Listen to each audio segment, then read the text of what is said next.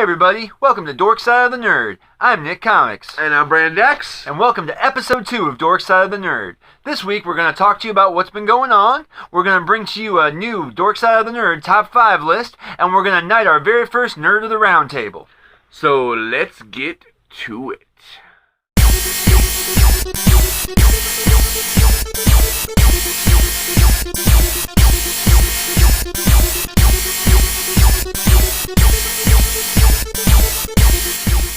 Everybody. So just like Steve Winwood did back in the 1980s with his smash hit Roll With It. Roll with it, baby! We're going to get this thing started.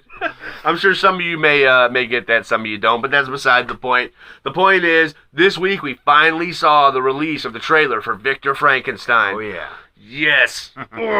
Based on the classic Universal Monster movie Frankenstein, of course. You got James McAvoy in the part of Victor Frankenstein. Professor X, for those of you who have seen the recent X-Men movies. Awesome guy.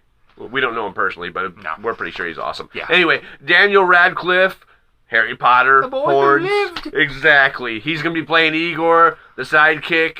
I wouldn't call him an evil sidekick. He's just a sidekick. He's just a sidekick. He might be evil. I don't know. We'll have to wait until the movie comes out. But anyway, we've been reading about this thing on and off for months in different horror magazines, from Fangoria to Horror Hound, Rue Morgue, you name it. And we've been kind of like, okay, well, this could be a good thing. We'll just have to see where it goes. Well, the trailer finally dropped, and after seeing the trailer, it pretty much concreted our interest. This movie looked like it's going to be way kick-ass. Absolutely. It's got like the right blend of fun and horror. It looks like it's going to have moments where it's like, you know, kind of a cheerful, kind of happy movie, and then other moments where it's like a scary, kind of crap your pants kind of movie. Exactly. And that's one of the cool things about the trailer is that there's a lot of witty lines, you know, and, you know, a good bit of dark comedy even. But, absolutely. You know, the parts that look to be scary looked, you know, to be exactly that. They did look pretty scary. You can tell that the creature, who we don't know who's playing the creature yet, but you can tell from the trailer that it will be a blend of like practical makeup and practical effects,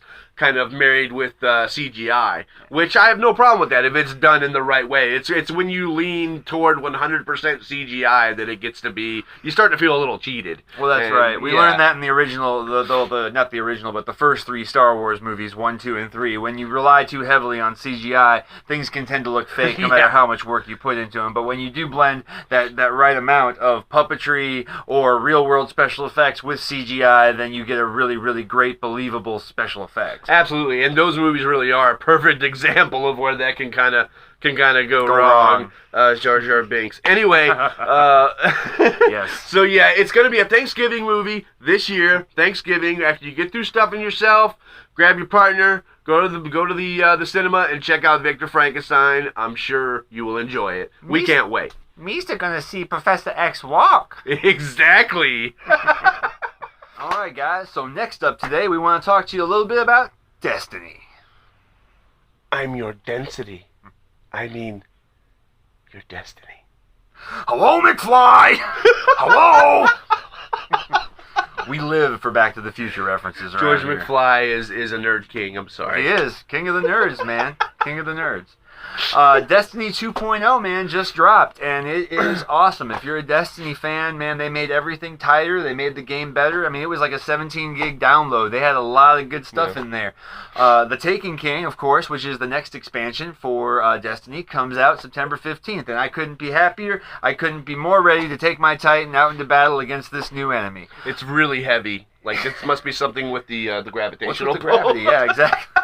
I'm sorry. So you guys need to check it out. We're going to be doing a review of The Taken King when it comes out. We're going to get a few hours under our belts, and then we're going to bring to you everything about it. So absolutely. Stay tuned for a review of Destiny coming up, and make sure you guys subscribe to Dorkside of the Nerd. That way you guys can be notified when we have some new stuff come out. Absolutely. Just like you need to be sure you check out. We just put out a review of Until Dawn. Great game, horror game, role-playing game, incredible. Yes, and it's an exclusive for the PS4. We just put a review out for it, so you guys totally need to check it out because it's a great game. Absolutely, and it is your density. All right, guys, so you know what time it is. Adventure time! No, I'm just kidding. But it is time for the Dorkside of the Nerd Top 5 list. You got it. Official. Every week we're going to have a new one for you. And it just so happens that this week it is your top 5 favorite all-time horror icons. Ooh. And for my specific top 5, I chose some incredible picks. I mean, I only say that because it's my list. But anyway, hopefully some of you will agree. Some of you I know will agree. And if you don't agree, well, then let's see what your list is. Yeah, let's see how great your list. What about your, you want to make a big thing about list? Is that what you're trying? Whoa. Okay. You're getting them upset. You're getting them upset. Here's my top 5.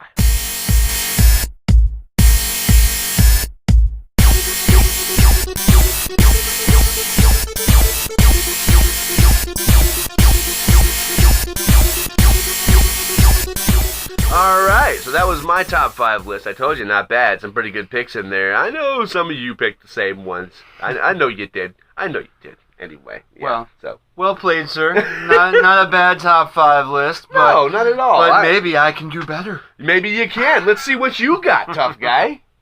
Here's my top 5 list.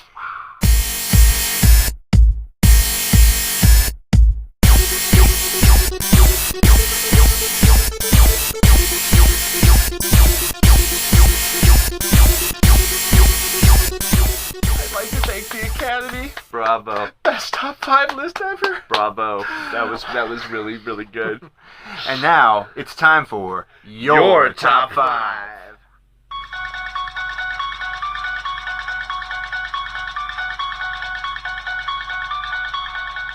Number 1, Jason Voorhees. You would have to search for miles and miles to find anyone over 18 who has never experienced the Friday the 13th phenomena. Plenty of actors have donned the hockey mask through the years, most notably horror actor Kane Hodder. Like Michael Myers and Freddy Krueger, we have seen Jason killed off and reemerge enough times to know that he is here to stay. Number 2, Leatherface. Leatherface was the brainchild of 3 inspired people.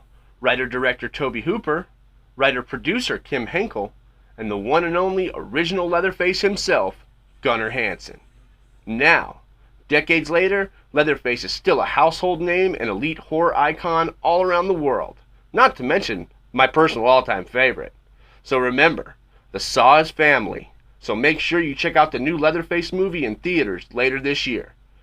Your number 2 horror icon of all time is Leatherface. Number 3, Freddy Krueger. No one knows scary like the Dream Master himself, Freddy Krueger. More recently portrayed by Jackie Earle Haley, but immortalized by horror actor extraordinaire Robert Englund. Freddy has been scaring the hell out of audiences since 1984. A Nightmare on Elm Street was written and directed by late legendary horror writer-director Wes Craven.